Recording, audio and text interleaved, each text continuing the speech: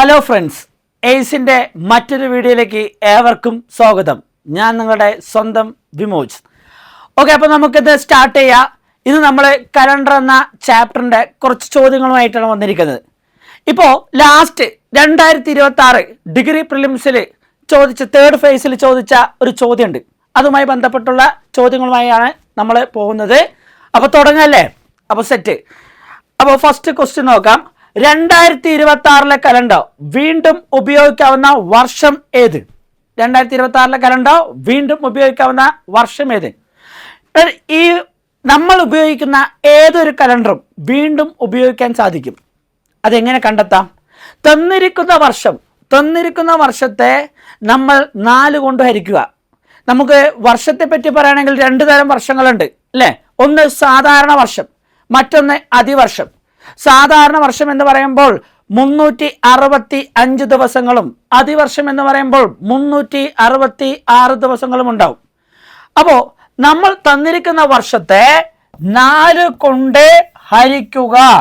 തന്നിരിക്കുന്ന വർഷത്തെ ഒരു സംഖ്യയെ 4 കൊണ്ട് ഹരിക്കാൻ ആ വർഷത്തെ പൂർണ്ണമായി ഹരിക്കണം എന്നില്ല. അവസാന 2 അക്കങ്ങൾ ഹരിച്ചു നോക്കിയാൽ മതി. ഈ അവസാന അക്കങ്ങളായ 26നെ 4 കൊണ്ട് ഹരിക്കുമ്പോൾ സിസ്റ്റം എന്ത് കിട്ടുന്നു നോക്കുക. ഇത് നോക്കടാ, ഈ 4നെ 26 ഹരിക്കുന്ന സമയത്ത് 4 6 24. ബാക്കി സിസ്റ്റം എത്ര ഉണ്ടാവും? 2. ഈ സിസ്റ്റത്തിലാണ് കളി. ഇവിടെ നോക്കടാ, നമുക്ക് 4 കൊണ്ട് ഹരിക്കുമ്പോൾ എന്തൊക്കെ സിസ്റ്റങ്ങൾ വരാം? 1 വരാം, 2 വരാം, 3 വരാം, അതേപോലെ തന്നെ 0 വരാം. 4 വരില്ല. ആ സംഖ്യ കൊണ്ട് തന്നെ ഹരിക്കുമ്പോൾ 4 വരില്ലല്ലോ. അപ്പോൾ സിസ്റ്റം 1 വന്നു കഴിഞ്ഞാൽ നമ്മൾക്ക് തന്നിരിക്കുന്ന വർഷത്തിൻ്റെ കൂടെ 6 വർഷം കൂട്ടുക. സിസ്റ്റം 2 അല്ലെങ്കിൽ 3, ശ്രദ്ധിക്കണം, 2 അല്ലെങ്കിൽ 3 വരികയാണെങ്കിൽ നമുക്ക് തന്നിരിക്കുന്ന വർഷത്തിന് കൂടെ 11 വർഷങ്ങൾ കൂട്ടുക. അതുപോലെ തന്നെ സിസ്റ്റം 0 വരിക. സിസ്റ്റം 0 വരിക എന്ന് പറഞ്ഞാൽ അതിൻ്റെ മീനിങ് തന്നെ ലീപ്പ് ഇയർ വരിക എന്നാണ്. കാരണം സിസ്റ്റം 0 എന്ന് പറയുമ്പോൾ 4 കൊണ്ട് ഹരിക്കാൻ പറ്റുന്ന വർഷങ്ങളെല്ലാം അത് ലീപ്പ് ഇയർ ആയിരിക്കും അല്ലെ, അതിവർഷങ്ങളായിരിക്കും. അതായത് ഫെബ്രുവരി 29 വരുന്ന വർഷങ്ങളായിരിക്കും. അപ്പോൾ ഈ സിസ്റ്റം 0 വന്നു കഴിഞ്ഞാൽ അതിവർഷങ്ങൾ എത്ര വർഷം കൂടുമ്പോൾ റിപ്പീറ്റ് ആവും എന്ന് ചോദിച്ചാൽ 28 വർഷങ്ങളാവും അതിവർഷ കലണ്ടർ റിപ്പീറ്റ് ആവാൻ. ഓക്കെ, അപ്പോൾ ഇത്രയുടെ തന്നിരിക്കുന്ന വർഷത്തെ 4 കൊണ്ട് ഹരിച്ചു. സിസ്റ്റം 1 വന്നാൽ 6 വർഷം കൂട്ടുക, 2 3 വന്നു കഴിഞ്ഞാൽ 11 വർഷം കൂട്ടുക, 0 വന്നാൽ 28 വർഷം കൂട്ടുക. ഡിഗ്രി പ്രിലിംസ് തേർഡ് ഫേസിൽ ചോദിച്ച ഈ ചോദ്യത്തിൽ 2026 തന്നിരിക്കുന്നത് അല്ലേ? അപ്പോൾ 2026 കൂടെ നമുക്ക് കിട്ടിയ സിസ്റ്റം 2 ആണെങ്കിൽ കൂട്ടേണ്ടത് 11 അല്ലടാ. ചിന്തിച്ചു നോക്ക് അല്ലേ? അപ്പോൾ 11 വർഷം കൂട്ടുമ്പോൾ 2026 + 11 വർഷം. എൻ്റെ ഒരേ ഒരു ആൻസർ ഓപ്ഷൻ സി, 2037. ഓക്കെ അല്ലേ? സെറ്റല്ലേ? ഉഷാറാക്കണം. അപ്പോൾ ഇന്നത്തെ കലണ്ടറിലെ കുറച്ച് ചോദ്യങ്ങൾ, ഇതുമായി ബന്ധപ്പെട്ട കുറച്ച് ചോദ്യങ്ങളുമായി നമുക്ക് പോവാം. അപ്പോൾ അടുത്ത ക്വസ്റ്റ്യനിലേക്ക് പോവാം കേട്ടോ. അടുത്ത ക്വസ്റ്റ്യൻ ചോദിച്ചിരിക്കുന്നത് 2015 കലണ്ടർ വീണ്ടും ഉപയോഗിക്കുന്ന വർഷം ഏത്? നോക്കടാ, എങ്ങനെ ചെയ്യാം? 2015 15 മാത്രം എടുക്കുക. ആ 15നെ 4 കൊണ്ട് ഹരിക്കുക. എന്താ 15നെ 4 കൊണ്ട് ഹരിച്ചാൽ കിട്ടുന്ന സിസ്റ്റം എത്രയാണ് വരിക? സിസ്റ്റം നോക്കടാ, 3 കിട്ടുന്നു. സിസ്റ്റം 3 കിട്ടുന്നു. പറ, 1 കിട്ടിയാൽ 6 വർഷം കൂട്ടണം, 2ഉം 3ഉം കിട്ടിയാൽ 11 വർഷം കൂട്ടണം. സിസ്റ്റം 0 ആണെങ്കിൽ 28 എന്നല്ലേ? അപ്പോൾ 3 സിസ്റ്റം കിട്ടിയാൽ നമുക്ക് എത്ര കൂട്ടണം? നമുക്ക് നോക്കുകയാണെങ്കിൽ നമുക്ക് 11 വർഷം കൂട്ടണം അല്ലേ? 11 വർഷം കൂട്ടുമ്പോൾ 2015 കൂടെ 11 വർഷം കൂട്ടുമ്പോൾ ഒന്നും നോക്കാനില്ല, നമുക്ക് 2026 കിട്ടും. കിട്ടിയില്ല? അപ്പോൾ 2026 ഈ വർഷത്തെ കലണ്ടർ നമ്മൾ ഉപയോഗിച്ചുകൊണ്ടിരിക്കുന്നത് 2015 കലണ്ടറാണ് അല്ലേ? സെറ്റല്ലേ? ആലോചിച്ച് നോക്കുക, നമ്മൾ 2015 ഓരോ ഡേറ്റിലും ആ ഡേറ്റുകൾ തന്നെ 2016 അതേ ആഴ്ചകളാണ് പോയിക്കൊണ്ടിരിക്കുന്നത്. അപ്പോൾ 2026 ഈ കൊല്ലം നമ്മൾ ഉപയോഗിച്ചുകൊണ്ടിരിക്കുന്ന കലണ്ടർ 2015 കലണ്ടറാണ്. സെറ്റല്ലേ? ഒക്കെ വീഡിയോ റിപ്പീറ്റായി കാണാൻ ശ്രമിക്കുക. സംശയങ്ങളുണ്ടെങ്കിൽ ഒന്നുകൂടി റിപ്പീറ്റായി കണ്ട് ആ സംശയം നമുക്ക് മാറ്റിയെടുക്കണം കേട്ടോ. ഓക്കെ, നെക്സ്റ്റ് അടുത്ത ക്വസ്റ്റ്യൻ നോക്കുമ്പോൾ 2025 ഏപ്രിൽ 20 ശനി എങ്കിൽ 2025 ജൂലൈ 20 ഏത് ദിവസം? ഇത് നോക്കണം. ഇവിടെ ഇത് ചെയ്യാൻ നമുക്ക് മാസങ്ങൾ ലിങ്ക് ചെയ്തിട്ടുള്ള മെത്തേഡ് ചെയ്യാം. പക്ഷേ അതിനേക്കാൾ ബെസ്റ്റായിട്ട് നമുക്ക് അറിയേണ്ട ഒരു കാര്യം, ഒരു വസ്തുത ഇത്രയേ ഉള്ളൂ. നമ്മൾ ഉപയോഗിക്കുന്ന കലണ്ടറിൽ നമുക്ക് ഏപ്രിലും ജൂലൈയിലും ഒരേ കലണ്ടർ ഉപയോഗിക്കാൻ സാധിക്കും. അറിയില്ലെങ്കിൽ അറിഞ്ഞു വയ്ക്കുക. നമ്മൾ ഉപയോഗിക്കുന്ന കലണ്ടർ ഏത് തരം കലണ്ടർ തന്നെ ആയിക്കോട്ടെ, നോർമൽ ഇയർ ആയിക്കോട്ടെ, അതുപോലെ തന്നെ ലീപ്പ് ഇയർ ആയിക്കോട്ടെ, ഏത് തരം വർഷം കലണ്ടർ ആയാലും ശരി, നമ്മൾ ഉപയോഗിക്കുന്ന കലണ്ടറിൽ ഒരേ മാസങ്ങൾ ഉപയോഗിക്കാവുന്ന കലണ്ടേഴ്സ് ഉണ്ട്.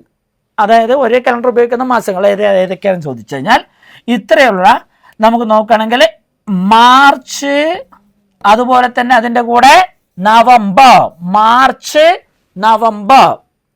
അതേപോലെ തന്നെ അടുത്ത കലണ്ടർ നമുക്ക് ഉപയോഗിക്കാൻ പറ്റുന്നത് April July, April July, March November, April July.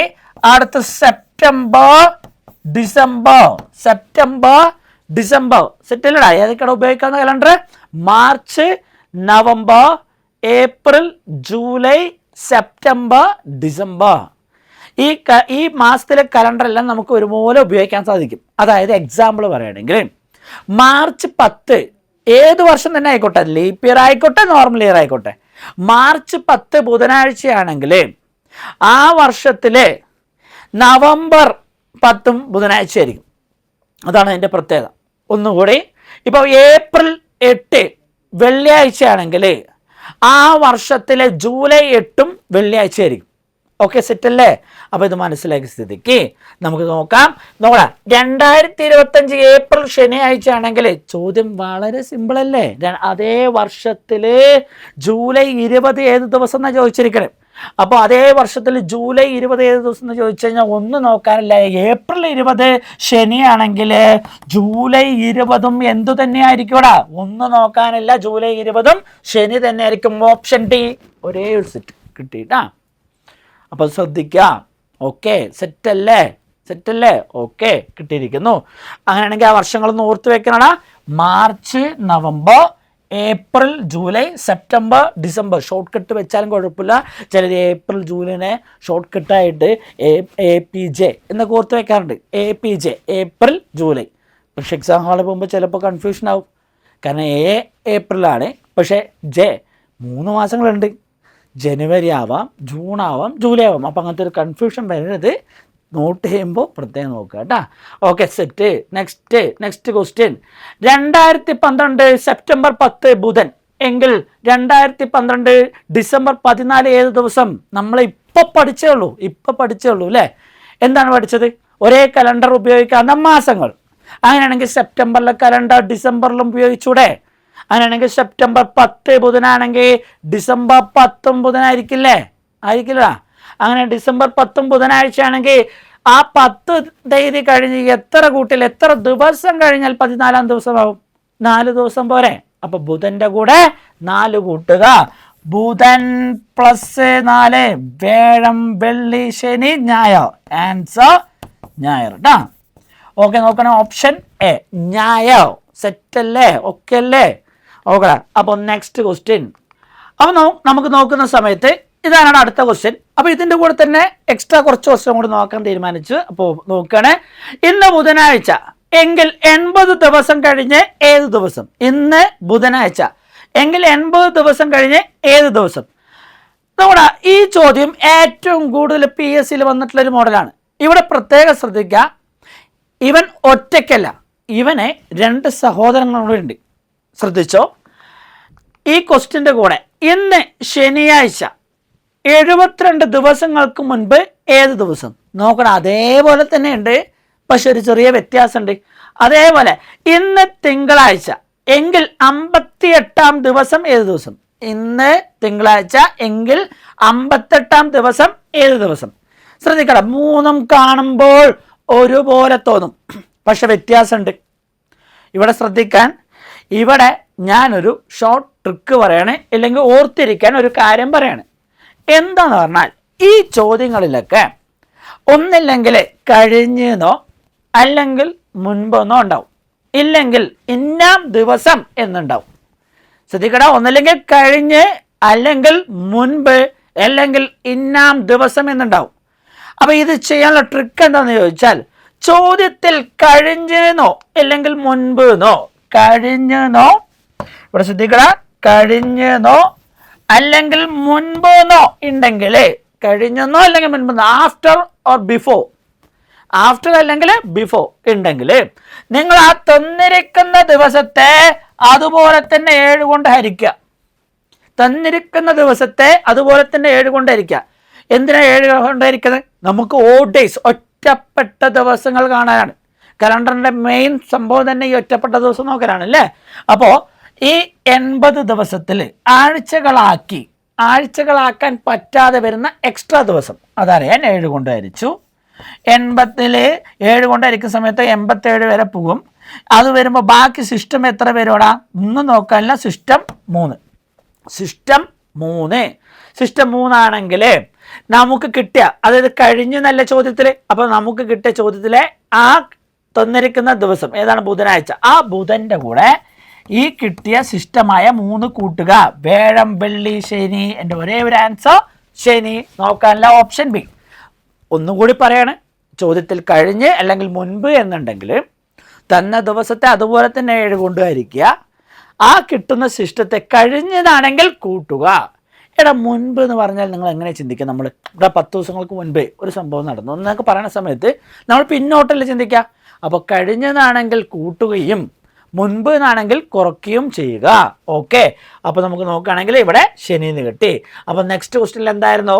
ഇന്ന് ശനിയാഴ്ച 72 ദിവസങ്ങൾക്ക് മുൻപ് ഏത് ദിവസം എന്നാണ് ചോദ്യം. നോക്കണ, ചോദ്യത്തിൽ മുൻപ് എന്നുണ്ട്. എന്ത് ചെയ്യണം? അതേ തന്നിരിക്കുന്ന ദിവസത്തെ തന്നെ 7 കൊണ്ട് ഹരിക്കുക. ഇവിടെ സിസ്റ്റം എത്ര കിട്ടും? നമുക്ക് നോക്കുന്ന സമയത്ത് 70 വരെ പോകും. ബാക്കി സിസ്റ്റം റിമൈൻഡർ 2. എടാ, മുൻപ് എന്നാണെങ്കിൽ കൂട്ടാനാണോ കുറയ്ക്കാനാണോ? പറ, എന്തായിരിക്കും? കുറയ്ക്കുക. എന്ത് കുറയ്ക്കണം? തന്നിരിക്കുന്ന ആഴ്ചയുടെ കൂടെ കുറയ്ക്കുക. ശനിയാഴ്ചയുടെ കൂടെ 2 കുറയ്ക്കുക. നമുക്ക് പിന്നോട്ട് വരുന്ന സമയത്ത് വെള്ളി, വ്യാഴം. ആൻസർ വ്യാഴം. ഒന്നും നോക്കാനല്ല, ഓപ്ഷൻ എ. ഓക്കെ അല്ലടാ? നന്നായി പഠിക്കണം, കാര്യങ്ങൾ മനസ്സിലാക്കുക. കലണ്ടറിൽ വരുന്ന ഏറ്റവും സിമ്പിളായ നല്ലൊരു ക്വസ്റ്റ്യൻസാണ്, ഏറ്റവും കൂടുതൽ വന്നുള്ള ക്വസ്റ്റ്യൻ ആണ്. പക്ഷേ അത് അടിക്കാനുള്ള, കാരണം കൺഫ്യൂഷൻ വരും. അപ്പോൾ അതൊരു വരാതിരിക്കാനാണ് ഞാൻ ഐഡിയ പറയുന്നത്. ശ്രദ്ധിക്കുക കേട്ടോ. അടുത്ത, ഇന്ന് തിങ്കളാഴ്ച എങ്കിൽ 58-ാം ദിവസം. 58-ാം ദിവസം ഏത് ദിവസം? 58-ാം ദിവസം ഏത് ദിവസം? ഒന്ന് നോക്കാനല്ല. എന്താണ് ഇതിൽ? 58-ാം ദിവസം കഴിഞ്ഞൊന്നുമില്ല, മുൻപൊന്നുമില്ല. ഇല്ലെങ്കിൽ ഒരു കാര്യം ചെയ്യണം, ഈ തന്നിരിക്കുന്ന ദിവസത്തിൽ നിന്നും ഒന്ന് കുറയ്ക്കണം, മസ്റ്റായിട്ട്. നോക്കടാ, എത്ര കിട്ടും? 57. ശ്രദ്ധിക്കടാ, ചോദ്യത്തിൽ കഴിഞ്ഞൊന്നുമില്ല, മുൻപും എന്നില്ലെങ്കിൽ തന്നിരിക്കുന്ന അക്കത്തിൽ ആ ദിവസത്തിൽ നിന്നും ഒന്ന് കുറയ്ക്കുക. ആ കിട്ടുന്ന ദിവസത്തെ വേണം 7 കൊണ്ട് ഹരിക്കാൻ. 7 കൊണ്ട് കിട്ടുന്ന സിസ്റ്റമാണ് എടുക്കേണ്ടത്. 57-നെ 7 കൊണ്ട് ഹരിക്കുമ്പോൾ 57-നെ 7 കൊണ്ട് ഹരിക്കുമ്പോൾ 7 8 56 വരെ പോകും. സിസ്റ്റം എത്ര കിട്ടൂടാ? ഒന്നും നോക്കാനില്ല, ഒന്ന്. അപ്പോൾ നമ്മൾ ഒന്നും ചെയ്യേണ്ട, തന്നിരിക്കുന്ന തിങ്കളാഴ്ചയുടെ കൂടെ ഇന്നാം ദിവസം എന്നാണ് പറയുന്നത്. ശ്രദ്ധിച്ചു പോടാ, ഇന്നാം ദിവസം എന്ന് പറയുന്ന സമയത്ത് നമുക്കൊന്നും ചെയ്യാനില്ല. നമ്മൾ മുന്നോട്ടല്ലേ ചിന്തിക്കുക. ഞാൻ 10-ാം ദിവസം നിന്നെ കാണാം, 7-ാം ദിവസം ഞാൻ നിന്നെ കാണാം എന്നൊക്കെ പറയുമ്പോൾ നമ്മൾ മുന്നോട്ടല്ലേ ചിന്തിക്കുക. അപ്പോൾ തിങ്കളാഴ്ചയുടെ കൂടെ ആ ഒന്ന് കൂട്ടുക. എൻ്റെ ആൻസർ ഒന്നും നോക്കാനുള്ള ചൊവ്വ. ഓക്കെ അല്ലടാ? ഓക്കെ അല്ലേ?